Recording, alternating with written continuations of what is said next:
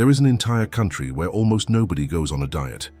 Nobody counts macros, nobody weighs rice on a kitchen scale, and yet it's one of the places with the lowest obesity rates in the entire world, with an obesity rate of just 4% among the adult population.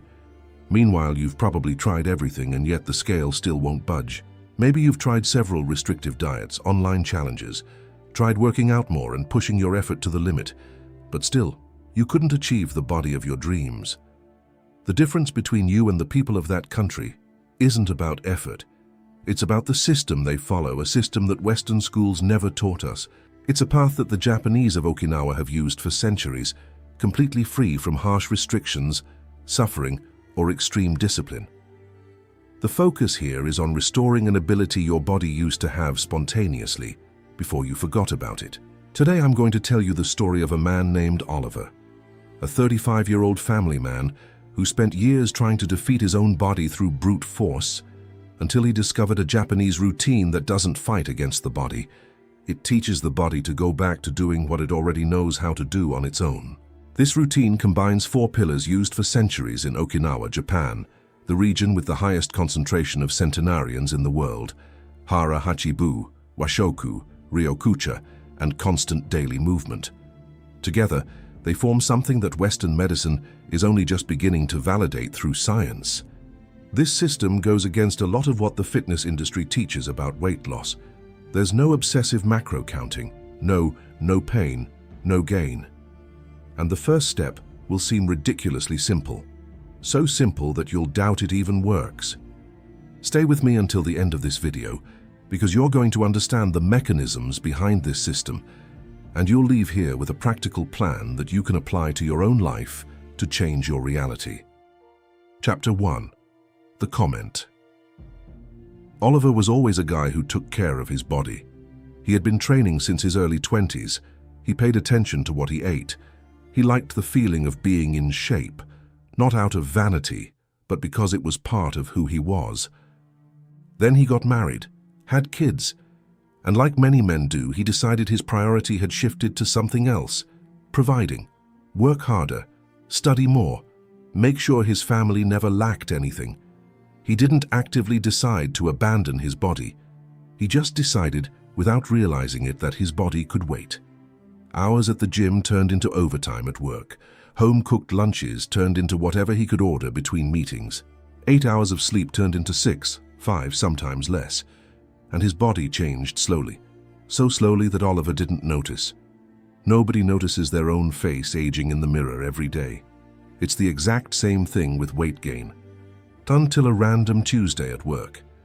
He was in the break room pouring coffee when a co-worker he hadn't seen in a few months walked by, looked at him, and casually dropped, in a tone he thought was funny, "Gaining a bit of weight there, huh?" That was it. A 6-word sentence said without any malice, probably forgotten by the co-worker minutes later, but for Oliver it kept spinning in his mind all afternoon, because deep down he knew it was true. He just had never heard it out loud. After that comment, it was as if a spotlight had been turned on things that were already there, but that he had simply refused to face head-on. The pants that felt tight around the waist, resolved by buying a larger size without thinking much about it. The dress shirts that needed an extra button let out. He realized that over the last 2 years, he had replaced a good portion of his wardrobe. Not because fashion had changed, but because his body had. He also remembered other comments. Small, scattered, easy to ignore one by one. His mother-in-law asking if he was doing okay health-wise at a family dinner. A childhood friend saying, "Man, you look different," in a tone that didn't sound like a compliment. He had gotten good at smiling and changing the subject. And then there was his physical body itself. Walking up a single flight of stairs and feeling his heart race faster than it should, bending down to tie his shoes and feeling his stomach press against his chest, his breath catching for a second before finishing the knot. None of these things alone were big enough to scare him, but together they formed a picture Oliver could no longer pretend not to see. He decided right then and there that he needed to do something.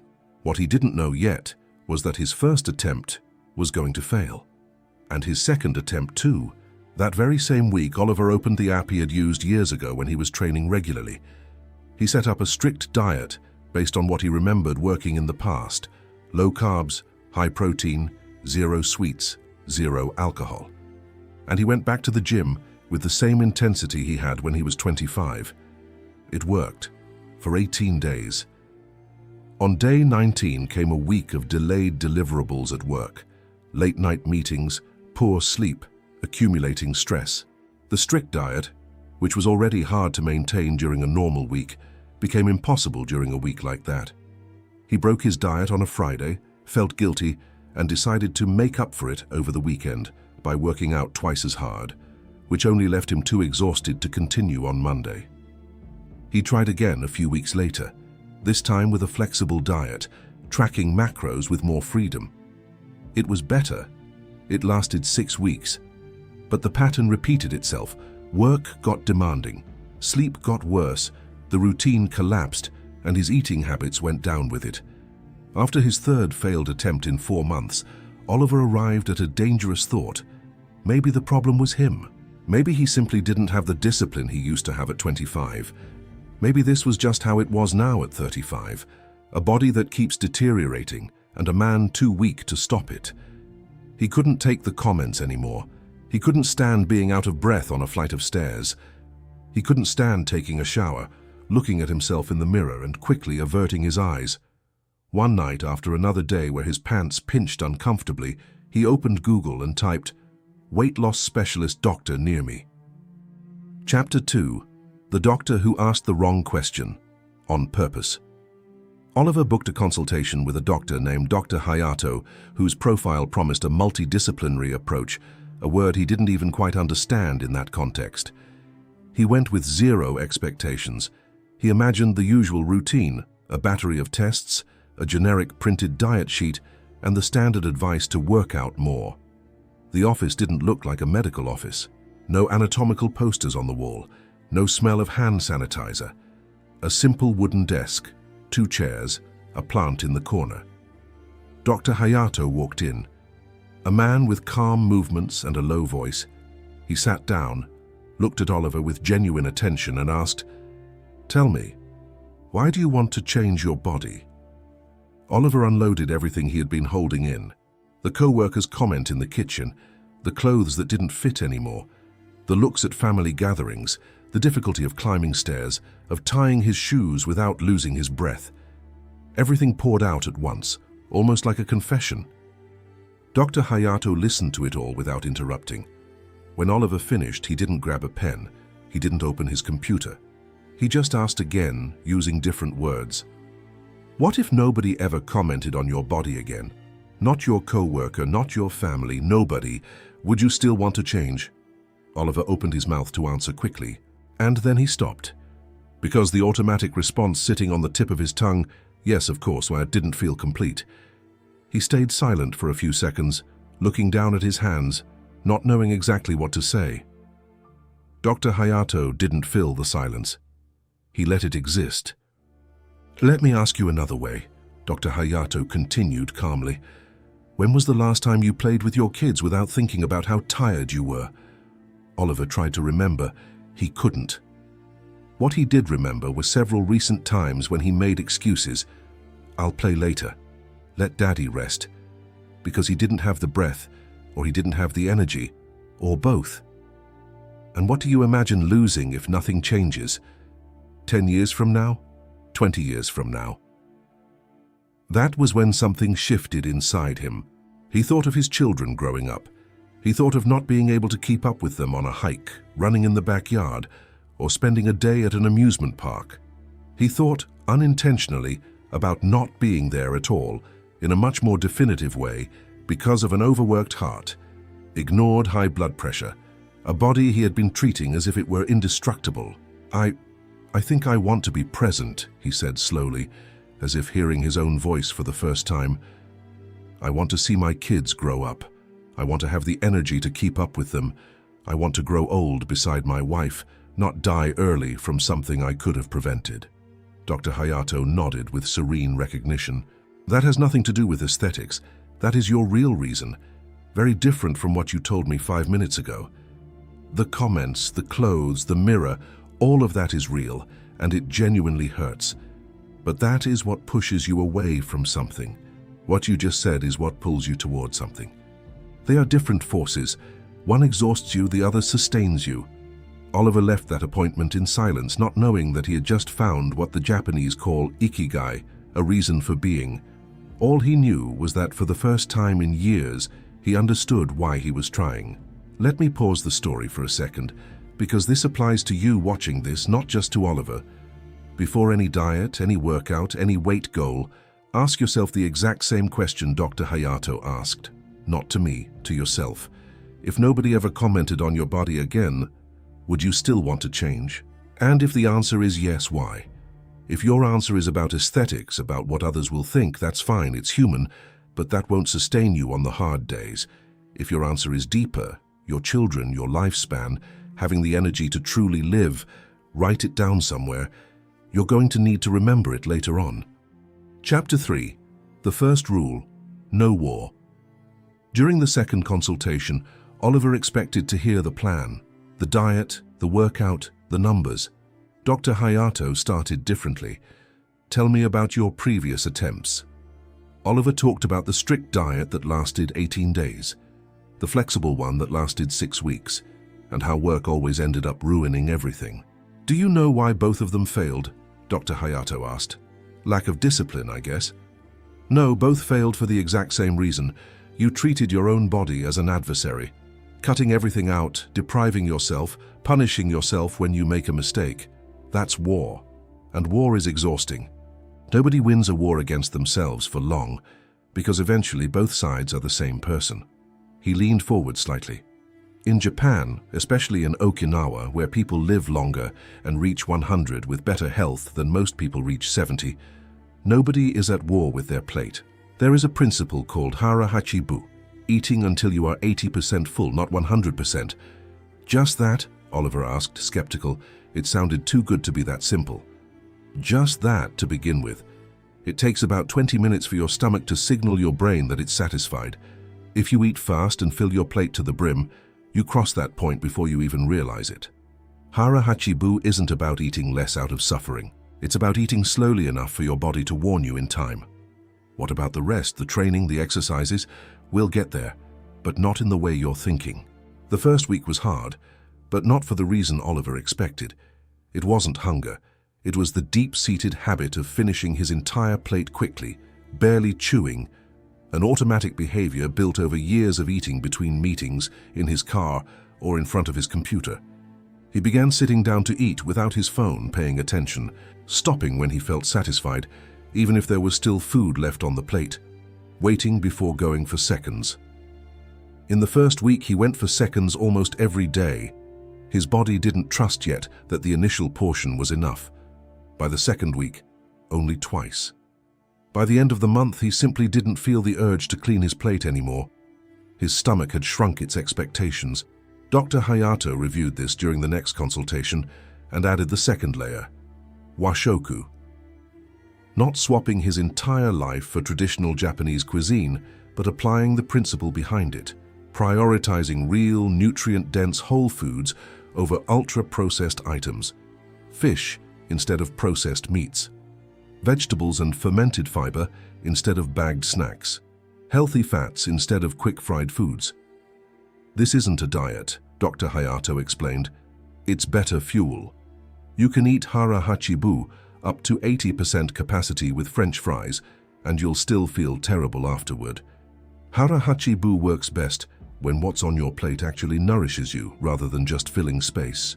Along with that came a third habit, almost funny in its simplicity, replacing his afternoon coffee rushed down between meetings with a cup of green tea, Ryokucha, sipped slowly while sitting down for 5 minutes. It's not about the tea magically speeding up your metabolism, Dr. Hayato admitted honestly. Its direct physiological effect is modest. What truly matters is the ritual, 5 minutes a day where you intentionally slow down. Over months, that changes more things than any supplement ever could. You can start this today at your very next meal. Serve your plate the way you normally do. Before eating, look at it and imagine that amount represents 100%. Eat until you feel you've reached 80%, slowly, chewing properly, without your phone nearby. Wait about 20 minutes before deciding to get seconds if you still want them. You don't need to count calories. You don't need to weigh anything. You just need one thing: to pay attention to something you've probably been doing on autopilot for years. Chapter 4. Movement that didn't feel like exercise. A month and a half after starting, Oliver had lost a little over 4 pounds. Nothing dramatic. But for the first time in years, he hadn't quit. During that month's consultation, Dr. Hayato introduced the next pillar. Now let's talk about movement. But I'm not talking about the gym. Oliver, who was expecting to hear about heavy weightlifting, was surprised. You're not? Eventually, yes, that will help. But first, I want you to recover something simpler: the habit of moving throughout the day, not just during one isolated workout hour. In Japan, a large part of daily life involves walking. To the station, to work, back home. This adds up to a massive volume of movement without people even calling it exercise. So, I just need to walk more? Park your car farther away. Get off one bus stop early. Take the stairs instead of the elevator. Stand up from your chair every hour, even if it's just to walk to the kitchen. This, combined with a daily walk, will do more for your metabolism than an hour at the gym 3 times a week that you can't maintain. It made sense in a way no previous diet ever had. Oliver didn't need to carve out a whole extra hour he didn't have. He just needed to stop avoiding the small opportunities for movement that were already built into his day. The first few weeks of walking were uncomfortable in a way Oliver didn't expect. Not because of the physical difficulty, but because he realized just how much his body had lost the habit of being used. His calves ached after 20 minutes. He got winded on a light incline that years ago he wouldn't have even noticed. On a Friday afternoon, his 7-year-old son asked to come along on his walk. They walked to the end of the block and back, his son telling him about school, a friend, a cartoon he had watched. Things Oliver hadn't known because lately he was always too tired to ask. When they got back, his son asked, "Can we do this again tomorrow?" Oliver said yes. And he realized only later that this simple question had become the real reason he kept going out for a walk every day. Not Dr. Hayato, not the scale, not the comments at work. It was that moment. Look at your routine today and find an opportunity for movement that you normally avoid. The stairs you don't climb. The farther parking spot you don't pick. The 5 minutes standing up that you trade for 5 more minutes sitting down. You don't need to become a marathon runner. You just need to stop avoiding the movement that is already available in your day, for free, without needing a gym or extra time. Chapter 5. The Fall. 3 months in, Oliver had lost 11 pounds. His pants were looser. He could walk up 2 flights of stairs without feeling his heart pound out of his chest. Then came his mother's birthday. A full table, heaped plates, everyone serving big portions. Oliver tried to eat slowly, but his aunt asked why he was eating so little. His cousin joked, "Relax, it's a party today." And the environment pushed him in the opposite direction. He caved. He ate until he felt uncomfortably full. He drank more than he intended. He went home feeling heavy, and not just physically. The next day he didn't go for his walk. "Since I ruined everything yesterday, today doesn't make a difference," he thought, barely realizing he was repeating the exact same pattern as before, the one that had sabotaged all his previous attempts. He went 2 days without walking, eating worse than he had in months. On the 3rd day, he sent a text to Dr. Hayato. "Doc, I think I blew it. I ate way too much over the weekend, and I can't seem to get back on track." The reply came quickly. "Come in on Thursday. Let's talk." In the consultation, Dr. Hayato listened without judgment. "Tell me something. Over these 3 months, how many days did you eat more than you intended?" Oliver thought. "Maybe 5 or 6 in total. And on how many of those days did you manage to get back to normal the very next day?" "Most of them. It's only now that I've been stuck for 3 days. So the problem wasn't overeating at a birthday party. That was bound to happen anyway. You have a social life, a family, and that's a good thing. The problem was the story you told yourself afterward. Since I ruined it, it doesn't matter. That phrase is more dangerous than any plate of food." Dr. Hayato continued. "There is a difference between stumbling and giving up on walking. You stumbled at a birthday party. That is normal, expected, even healthy. It means you have a life, not a food prison. The mistake wasn't the stumble. It was staying on the ground for 3 days afterward. So what do I do when this happens again? You get back to it the next day, that's it.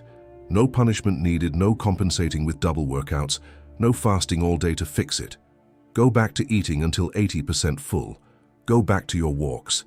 The body doesn't hold a grudge over a single day, it holds the pattern of many days. Oliver left that conversation understanding something no previous diet had ever taught him. Consistency isn't the absence of mistakes. It's the speed at which you return after making one. If you've ever experienced this, overeating one day and using it as an excuse to abandon the entire week, remember this line: the body doesn't hold a grudge over one bad day. Next time you think you've ruined everything, don't compensate with punishment, don't skip meals the next day, don't try to fix it with twice the workout volume. Just return to the basics: 80% fullness, movement, proper sleep. That is literally all that needs to happen. Chapter 6. What the scale couldn't show. Over the next 2 months, Oliver fell off track a few more times. A barbecue, a tough week at work. But every time he bounced back faster. A setback that used to last a full week now lasted a day, sometimes less. But a different frustration set in. For 2 weeks in a row, he did everything right. The portioning, the walks, the tea, the sleep, and the scale didn't move a single gram. He almost texted Dr. Hayato, feeling discouraged. Before doing so, he decided to try on the pants he wore 3 months ago just out of curiosity. The waistband had so much extra room in a way it hadn't in years. He had been so fixated on the scale number that he hadn't noticed the other changes happening around him. The dress shirts that now fitted completely differently. The belt that needed an extra hole punched in.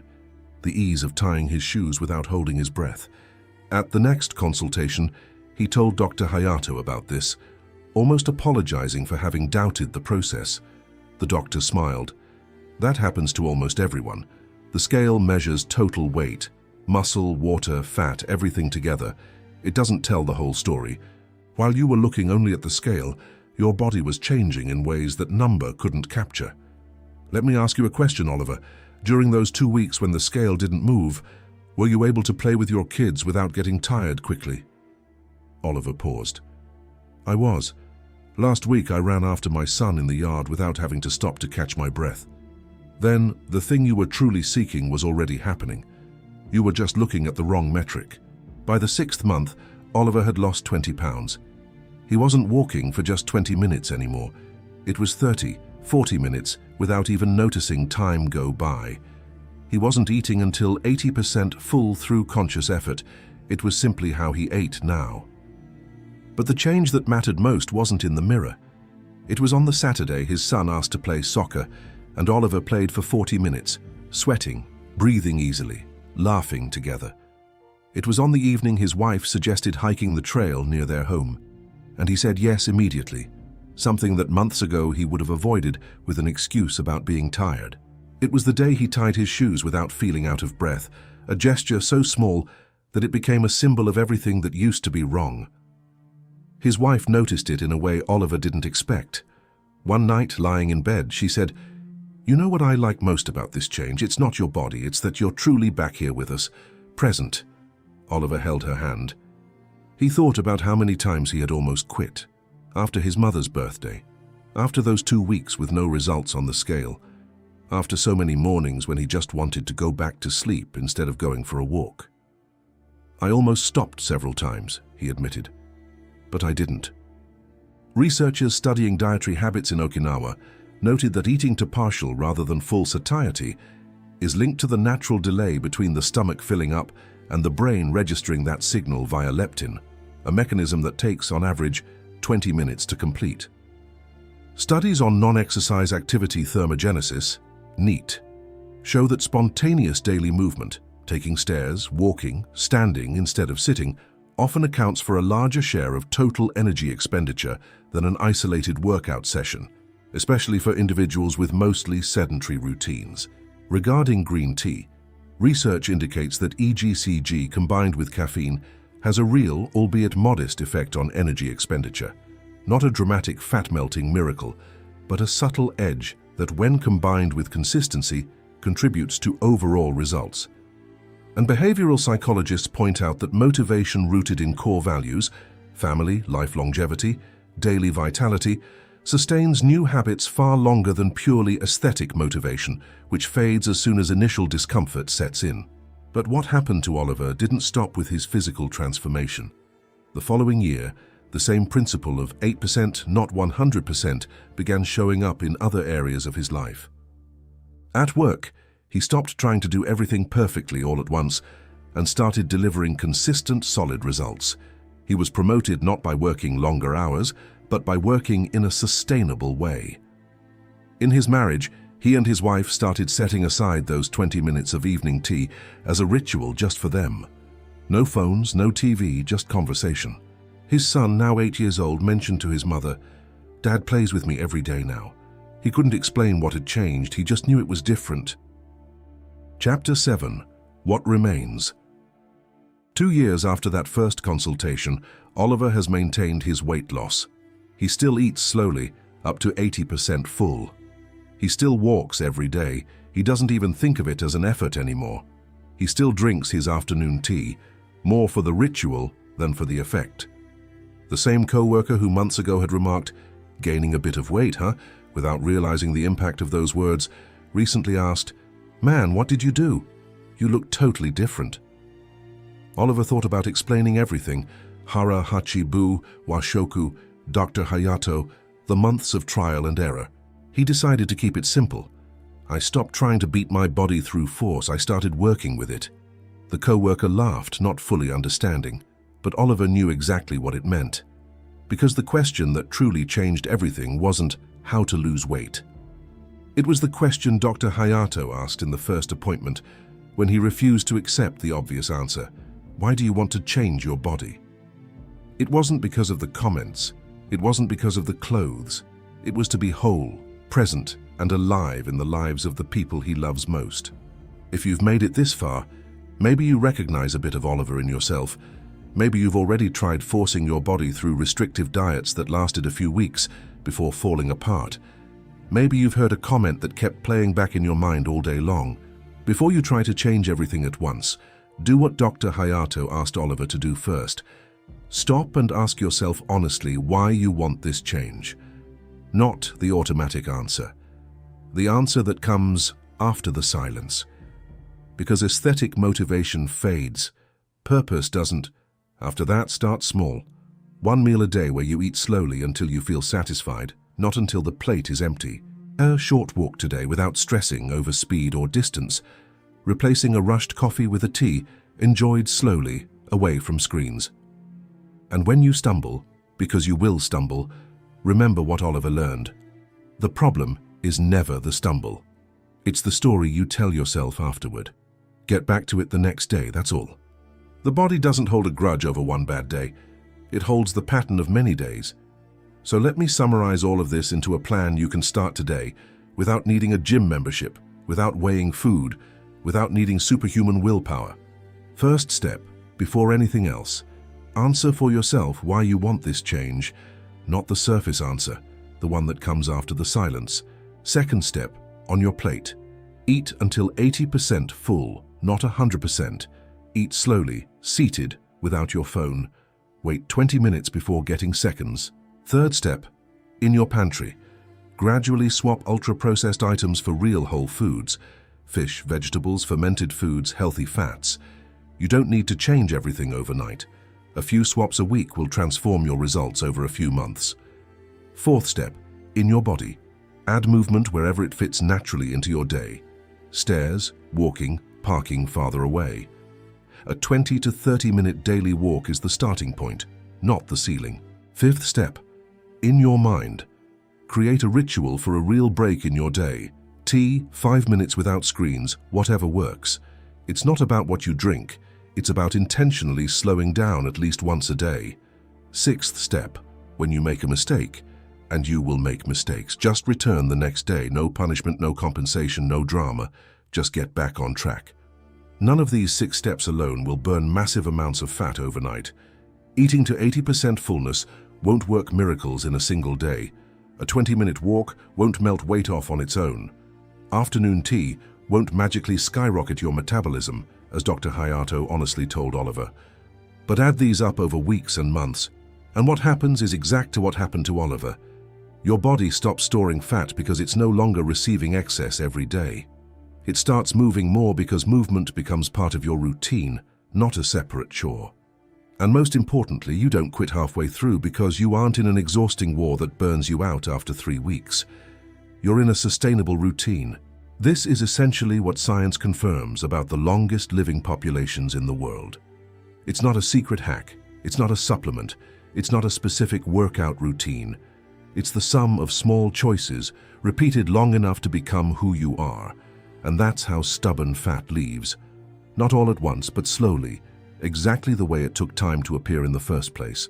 If this video resonated with you, leave a like, subscribe to the channel, and comment down below. What is your real reason? Not the comment that bothered you, not the clothes that don't fit anymore. The real reason behind all of this. I read the comments and love following those of you on this journey. If you watched all the way through, thank you for your attention and your time. That already says a lot about how committed you are to this change. See you in the next video, and remember, be present, eat with balance, walk with purpose.